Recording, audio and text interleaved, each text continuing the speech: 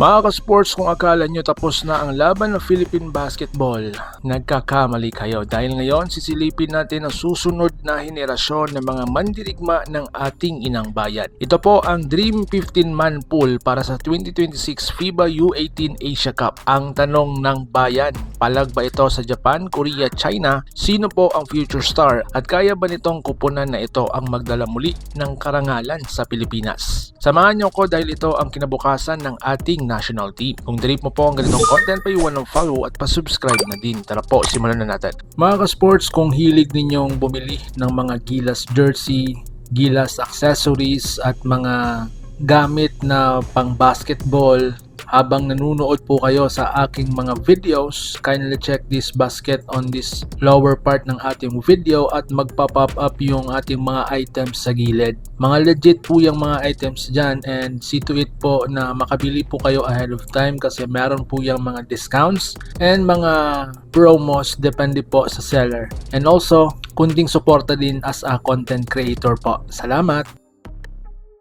Mga ka-sports, bakit importante ang FIBA U18 Asia Cup? Hindi biro po ang FIBA U18 Asia Cup dahil dito po nahuhubog ang future Gilas seniors. Dito dumadaan ang pangalan tulad ni Kai Soto, Dwight Ramos, Carl Tamayo. At ngayon may bagong batch na po ng paparating. Sa ilalim ng LA Tenorio era, ang tanong, handa na ba ang batang Gilas para sa international war? Dito muna tayo sa guard breakdown, ang puso ng kupunan. Unang-una si Chog Moral na may taas na 6'1", isang guard. Unahin natin ang floor general. Ang player na ito isang guard na hindi lang mabilis at matalino. Kayang magbasa ng depensa, marunong magpabagal at magpabilis ng laro at pang close game material. Ito yung klase ng guard na gusto ni Coach LA dahil nga disiplinado, kalmado at may leadership. Sumunod si Maki Pellegrino na may taas na 6-footer, isang guard. Ang player na ito ay isang combo guard. Kung kailangan ng puntos, nandyan.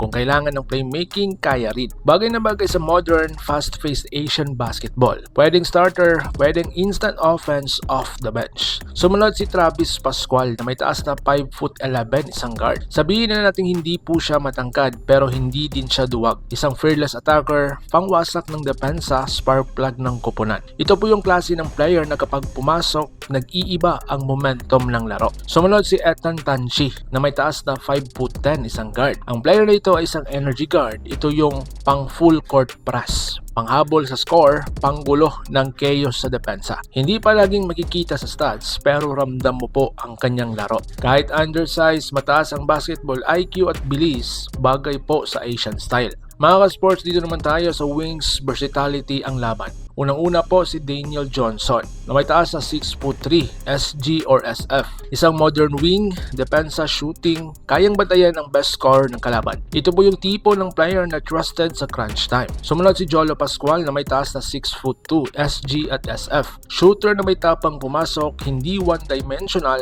pang spacing, pang break ng zone defense. Sumunod si JM Sanoria na may taas na 6'2", isang SF or PF. Positionless basketball, small ball 4, kayang makipagbanggaan kahit mas matangkad ang kalaban. Isang hustle, rebounds, defense. Sumunod, Evaring Cruz na may taas na 6'2", isang forward. Isang dirty work guy, ito yung hindi palaging napapansin pero ayaw ng coach na mawala sa loob ng court dahil ang galing niya sa rebounds, cuts at extra effort plays. Hindi super tangkad pero flexible, mabilis at pang international ang galawan. Sumunod, dito naman tayo sa big man. Dito susubukin ng Gilas. Unang-una si Rennie Butterbonia na may taas na 6'4", isang PF at center. Physical big, pangbanggaan, pang set na matitigas na screen. Ito yung tipo ng big na hindi uurong sa laban. Sumunod si Gab De Los Reyes na may taas na 6'4", isang PF at center. Stretch potential, pwedeng bumuka ang depensa. Napaka-importante niya laban sa zone ng China at Iran. Sunod si Raven Ristifikar na may taas na 6'4", isang PF or center. Defensive-minded big, hindi flashy pero matibay sa ilalim. Sumunod si Jello Lumage, isang 6'4", isang PF. Isang mobile big, bagay sa fast break system ni Coach LA. Pwede din siyang pang switch ng defense. Sumunod and lastly, Prince Carino na may taas na 6'8", isang center. Ito ang pinakamalaking X-Factor. Pinakamatangkad sa pool, panglaban sa China, Iran, Korea. Development project pero mataas ang selling. Kung madedevelop si Prince Carino, tumataas agad ang tsansa ng Gilas U18. So mga ka-sports, hindi lang basta coach si L.A. Tenorio. Isa siyang mentor ng guards, alam niya ang pressure ng international games, alam niya ang disiplina at sistema. Player development, chemistry over individual talent, system basketball.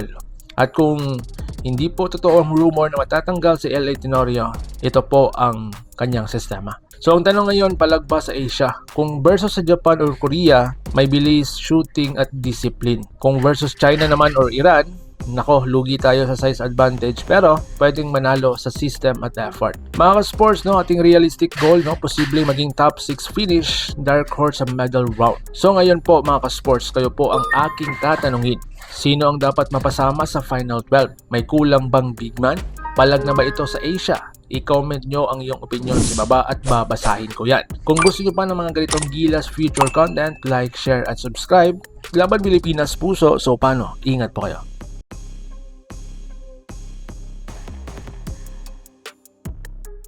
Mga ka-sports, kung hilig ninyong bumili ng mga Gilas jersey, Gilas accessories at mga gamit na pang basketball, habang nanunood po kayo sa aking mga videos, kindly check this basket on this lower part ng ating video at magpa-pop up yung ating mga items sa gilid. Mga legit po yung mga items dyan and see to it po na makabili po kayo ahead of time kasi meron po yung mga discounts and mga promos depende po sa seller. And also, kunting suporta din as a content creator po. Salamat!